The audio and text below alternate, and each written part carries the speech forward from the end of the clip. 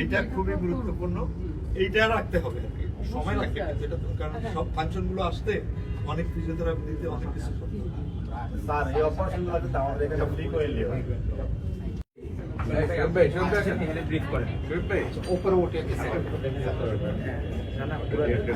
আমি পরে নিয়ে আসবো। কি নাম তোমার?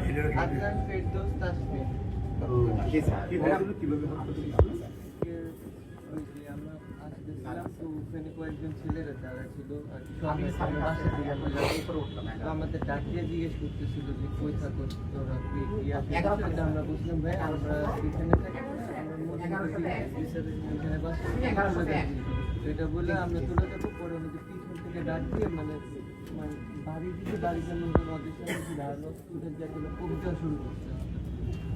তো কোনোরকম ভাবে নিজের পেট ভরার জন্য হাতটা উঠেছিলাম, এই হাতে কোপ করছে আর এই হাতে মানে পেট বরাবর মারতে নিচ্ছিল। তো ওদেরকে দেখি যে মেন চিনি না ওদের, তাহলে কতজন ছিল? 15-20 জনের মতন হবে। তোমরা কতজন? আমরা 4 জন। জায়গাটা কোথায়? টঙ্গীতে। বাসা টঙ্গীতে? কয় তারিখে? 9 তারিখ সন্ধ্যা 3। স্যার এই পেশেন্টটা স্যার বলে যে বিকাল 5টার দিকে এই ঘটনাটা ঘটে, একদম এই বৃদ্ধাঙ্গলটা রেখে এই বরাবর সম্পূর্ণ করে যায় স্যার। তো এটা হলো যে ওনারা তো পেশেন্ট যেহেতু উঠেছে, ওটা যে পরে বিচ্ছিন্ন হয়ে পড়েছিল আলাদা, ওটাকে উঠে পায়, পরবর্তীতে ওটা পার্ট বাই আলাদাভাবে নিয়ে আসে। এর পরবর্তীতে আমাদের কাছে যখন পেশেন্ট আসে তখন হলো অলরেডি 11টা।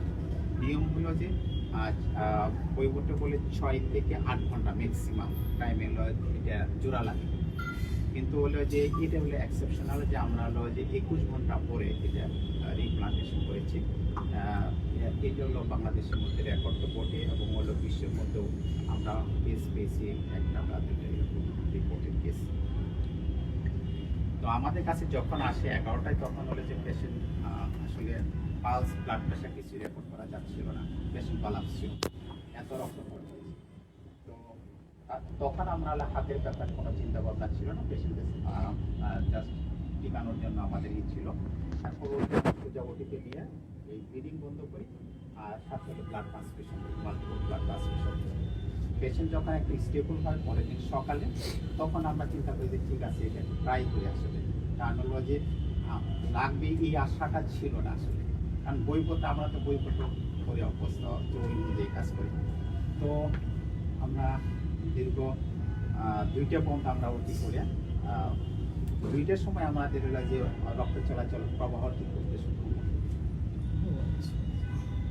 ওটি চলে 4টে পর্যন্ত, এরপর আরো 2 ঘন্টা চলে। এটা অ্যানাস্টোমোসিসটা হয়েছে 21 ঘন্টা। আমরা অপারেশনের এটা করি যে যখন রক্ত প্রবাহটা সক্ষম হয়, যে ওটি দিয়ে তো নিউট্রিশন পায় ওই অংশটুকু, এটা আমরা চিন্তা করি যে যতক্ষণ পর্যন্ত হলো যে রিভাস্কুলারাইজেশন না হয়েছে ততক্ষণ পর্যন্ত আমরা এই টাইমটা কি বলি আমরা যে ইমপ্লান্টেশন টাইম নিয়ম হয়। এটা এরকম ড্রেসিং কি প্রতিদিনই করতে হবে?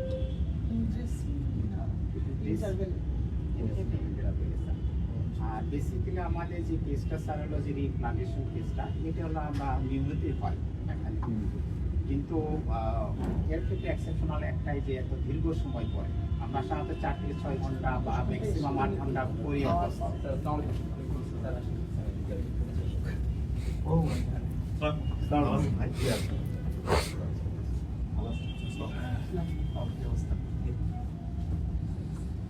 ওটা শুনছিলাম যে একটা বড় সাকসেস আপনাদের। হ্যাঁ, আমাদের এখানে ওইটাই যে জিনিসটা যে বুঝছে অনেক, কিন্তু মানুষ জানে না,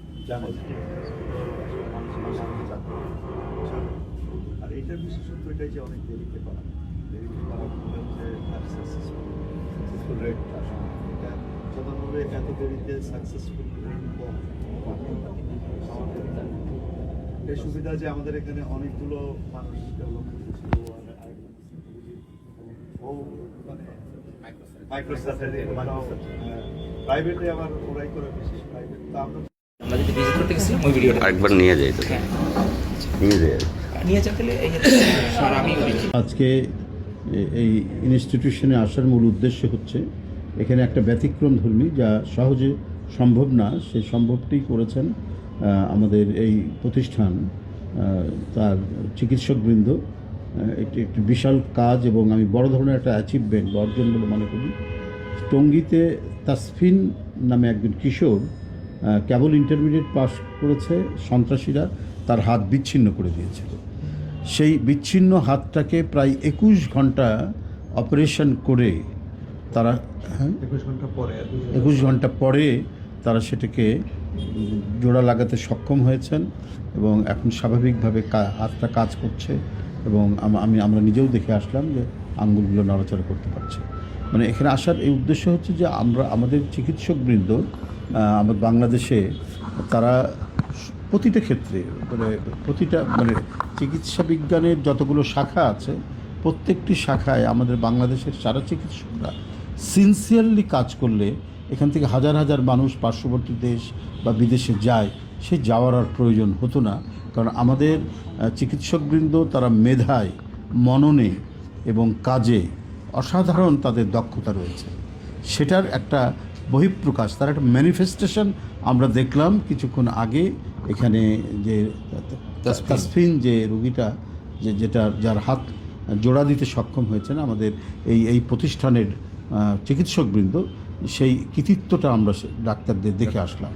তো হ্যাঁ, এটা ডাক্তার শরীফ তার নেতৃত্বে এখানে হয়েছেন এবং প্রতিষ্ঠানের সকল চিকিৎসকবৃন্দ, আমাদের পরিচালক মহোদয় বসে আছেন, তার প্রত্যেকের তত্ত্বাবধানে এবং মনোযোগে সেটা ক্রমান্বয়ে সে সুস্থ হয়ে উঠছে।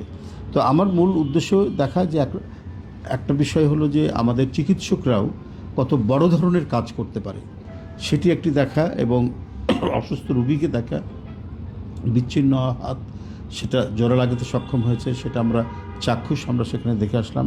ডাইরেক্টর সাহেব এখানে, আমাদের ম্যাডাম ছিলেন এবং যিনি মূল যে ডাক্তার শরীফ সে ছিলেন এবং তার সাথে যারা সহযোগিতা করেছেন সেই তরুণ চিকিৎসকবৃন্দরাও ছিলেন। তো সব মিলিয়ে আমি নিজেকে গর্ব অনুভব করছি যে আমরা এই বাংলাদেশের মানুষ, আমরা রিসোর্সে, সম্পদে, মেধায় কোনো দিক থেকে আমরা কম নই। শুধুমাত্র একটা পৃষ্ঠপোষকতা দরকার।